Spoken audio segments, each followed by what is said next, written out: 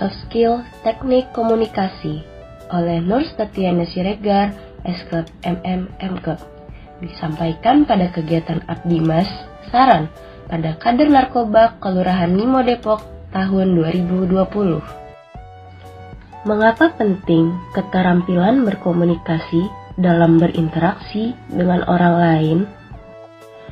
Konsep komunikasi terdiri dari 4. Yang pertama, pemahaman komunikasi. Pemahaman komunikasi terdiri dari tujuan komunikasi, komponen komunikasi, dan proses komunikasi. Yang kedua, jenis komunikasi dan bentuk komunikasi. Yang ketiga, komunikasi efektif, aspek dan unsur komunikasi efektif. Dan yang keempat, hambatan dalam komunikasi efektif dan cara berkomunikasi efektif. Makna komunikasi. Komunikasi adalah proses penyampaian pesan yang dilakukan seseorang untuk bertukar informasi secara simultan, baik verbal maupun non-verbal, untuk mempengaruhi orang lain.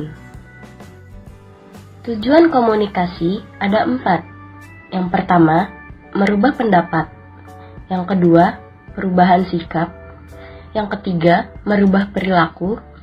Dan yang keempat, perubahan sosial. Komponen komunikasi terdiri dari 4 komponen, yaitu yang pertama sender, yang berarti komunikator.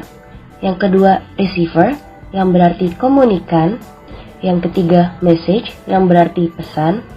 Dan yang terakhir adalah feedback, yang berarti umpan balik. Komunikator adalah orang atau kelompok yang menyampaikan pesan atau ide atau informasi kepada orang lain sebagai lawan bicara. Sedangkan komunikan adalah orang yang dapat memahami pesan dari komunikator meskipun dalam bentuk kode atau isyarat tanpa mengurangi arti pesan yang dimaksud oleh pengirim. Sedangkan pesan adalah informasi yang akan disampaikan atau diekspresikan oleh pengirim pesan. Pesan juga terdiri dari pesan verbal dan pesan nonverbal. Dan yang terakhir adalah umpan balik. Umpan balik adalah isyarat atau tanggapan yang berisi pesan dari penerima pesan dalam bentuk verbal maupun nonverbal. Tanpa umpan balik, seorang pengirim pesan tidak akan tahu dampak pesannya terhadap penerima pesan. Dalam proses komunikasi, pengirim melakukan pengkodean terhadap pesan media, lalu pesan media tersebut melakukan penguraian kode kepada penerima kode, sehingga penerima dapat menerima pesan dari pengirim.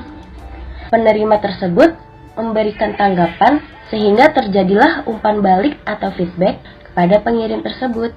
Dalam proses komunikasi, gangguan dapat terjadi kapanpun dan dimanapun dalam proses tersebut, sehingga pesan yang dikirim oleh pengirim tidak dapat diterima secara baik oleh penerima.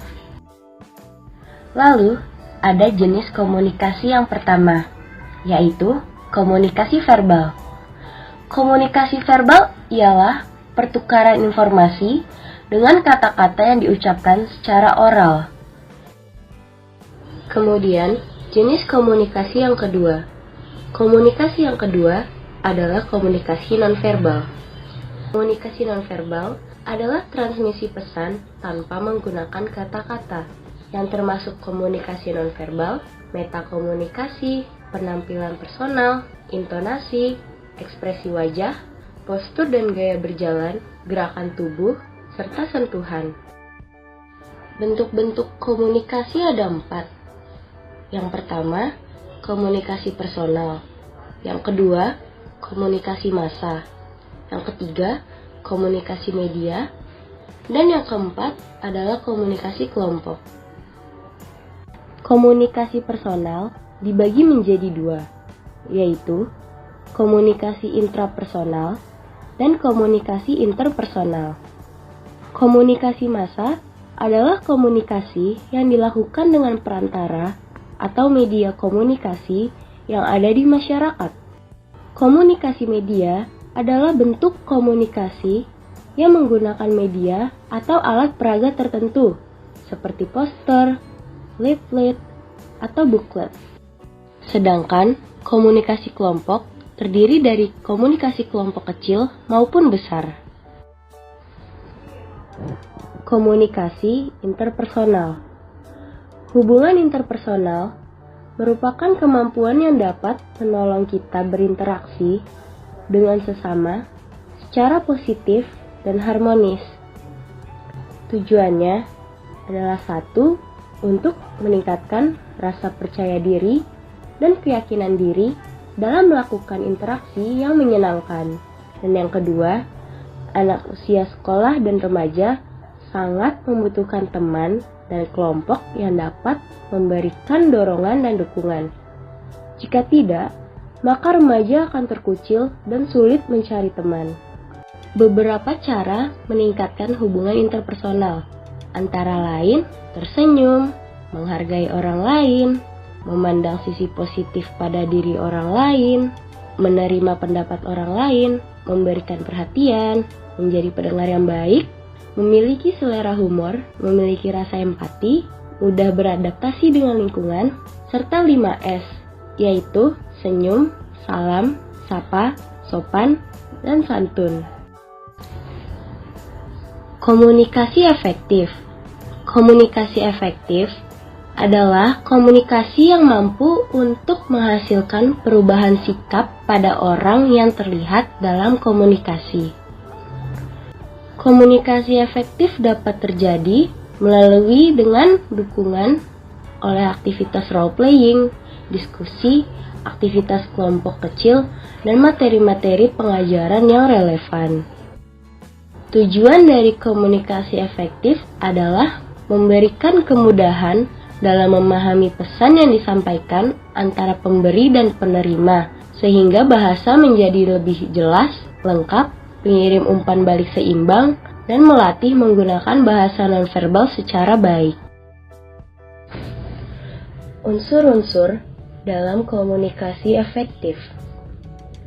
Unsur-unsur dalam komunikasi efektif terdiri dari 5 unsur, yaitu niat, minat, pandangan, lekat, dan libat. Niat menyangkut apa yang akan disampaikan, siapa sasarannya, apa yang akan dicapai, dan kapan akan disampaikan. Minat memiliki 2 faktor yang mempengaruhinya, yaitu faktor objektif dan faktor subjektif. Faktor objektif merupakan rangsang yang kita terima, sedangkan faktor subjektif merupakan faktor yang menyangkut dari isi penerima stimulus. Pandangan merupakan makna dari informasi yang disampaikan pada sasaran. Menafsirkan informasi yang diterima tergantung pada pendidikan, pekerjaan, pengalaman, dan kerangka pikir seseorang. Lekat merupakan informasi yang disimpan oleh si penerima untuk dapat dilaksanakan secara optimal sesuai dengan tujuan. Libat merupakan keterlibatan panca indera sebanyak-banyaknya, seperti mata, telinga, dan lain-lain. Aspek komunikasi efektif. Aspek-aspek komunikasi efektif terdiri dari 5 aspek, yaitu kejelasan, ketepatan, kontak, alur, dan budaya. Yang pertama, kejelasan. Komunikasi harus menggunakan bahasa secara jelas, sehingga mudah diterima dan dipahami oleh komunikan. Yang kedua, ketepatan. Penggunaan bahasa yang benar dan kebenaran informasi yang disampaikan. Yang ketiga, kontak. Bahasa dan informasi yang disampaikan harus sesuai dengan keadaan dan lingkungan di mana komunikasi itu terjadi. Yang keempat, alur. Bahasa dan informasi yang akan disajikan harus disusun dengan alur yang jelas, sehingga Pihak yang menerima informasi cepat tanggap. Yang kelima, budaya. Budaya berkaitan dengan tata krama dan etika. Hambatan-hambatan dalam komunikasi efektif. Hambatan ada 4. Yang pertama, hambatan dari proses komunikasi. Yang kedua, hambatan fisik. Yang ketiga, hambatan sematik. Dan yang keempat, hambatan psikologis. Hambatan dari proses komunikasi, contohnya, hambatan dari pengirim pesan, hambatan dalam penyediaan atau simbol, hambatan media, hambatan dalam bahasa sandi, hambatan dari penerima pesan, dan hambatan dalam memberikan balikan. Lalu, hambatan fisik. Hambatan fisik dapat mengganggu komunikasi yang efektif, cuaca, gangguan alat komunikasi, dan lain-lain. Misalnya, gangguan kesehatan, gangguan alat komunikasi, dan sebagainya. Hambatan sematik. Kata-kata yang dipergunakan dalam komunikasi kadang-kadang mempunyai arti mendua yang berbeda, tidak jelas, atau berbelit-belit antara pemberi pesan dan penerimanya. Dan yang terakhir, hambatan psikologis. Hambatan psikologis dan sosial kadang-kadang mengganggu komunikasi.